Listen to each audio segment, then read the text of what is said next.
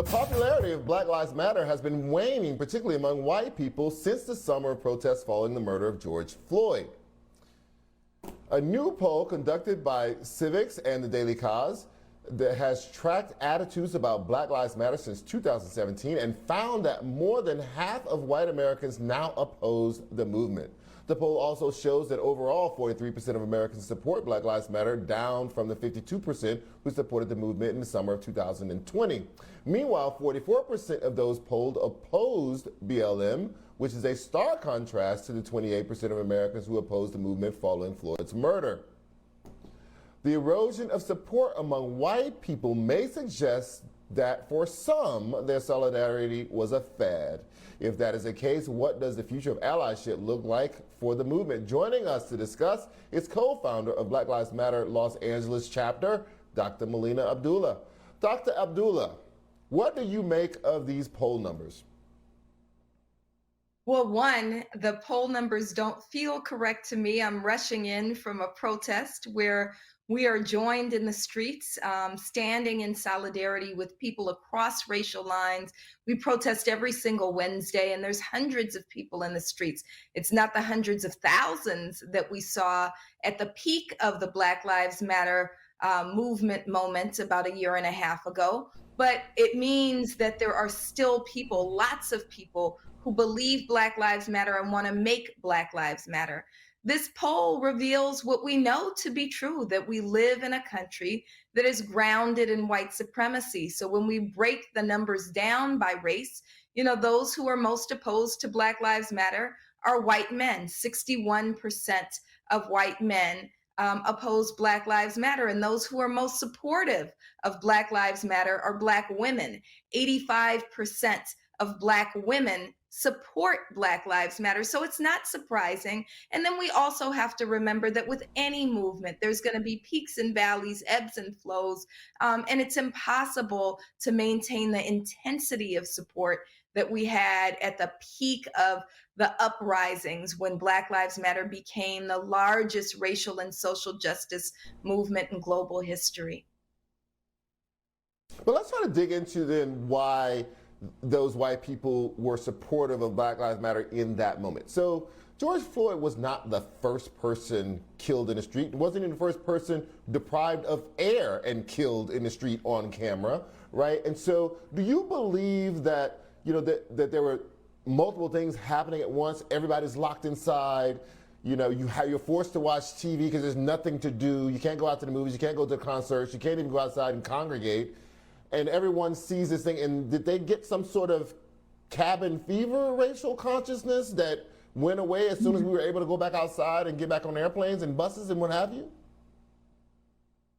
Well, I think that's an interesting way of putting it. I think that white America was confronted with something that Black America always knew, right? We always knew that we lived in a country grounded in white supremacy. We always knew that police were not a first line of public safety or didn't actually bring safety to Black people. We always knew that we weren't safer when a police cruiser pulled up behind us in traffic. But white America had been able to kind of pretend as if we were living in some kind of false reality.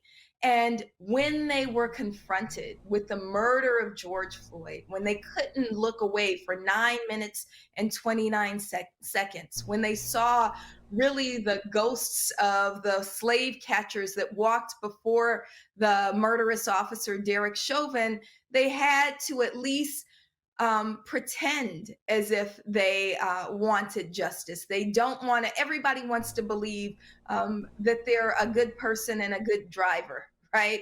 And so white folks said, well, to be a good person, I have to say, it was wrong that this Black father's life was stolen.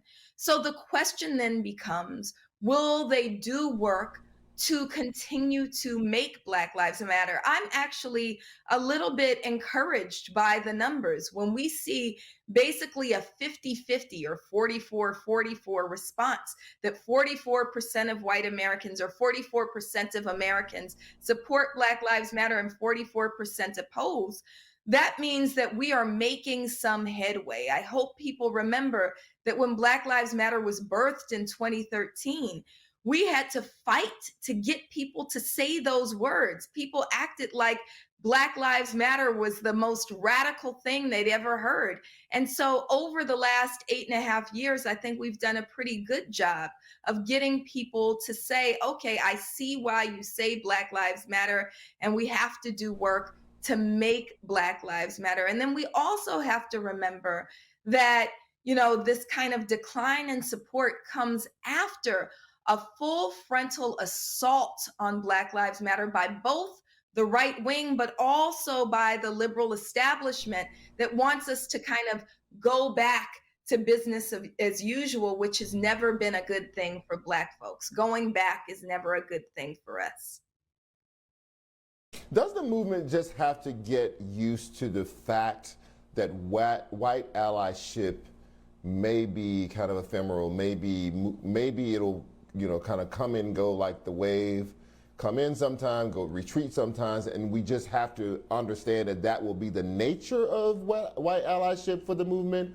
Or are you more encouraged that it will be more stable than that, and that as you make the case just now, that you make ground in kind of mainstreaming the concept of Black Lives Matter, that more people will come over to that side of thinking?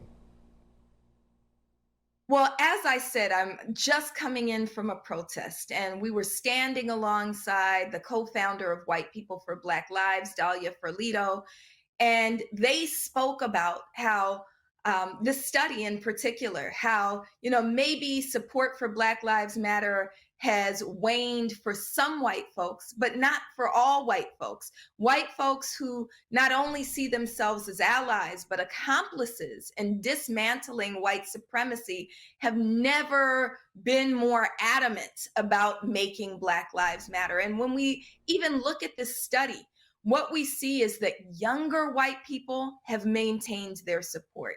It's really the older white folks who want to kind of say, okay, it's over, let's go back to business as usual, which means white supremacy, that are saying this. But younger white folks are coming along. We're not seeing the same level of decline as we see with older white folks. And that's really encouraging as Black Lives Matter moves forward and thinks about what we need to do, how to move campaigns like End Police Associations and Black Xmas and policy work like the People's Response Act forward. We're really glad that we have not only white allies and non-Black people of color allies, but actual accomplices in doing this work.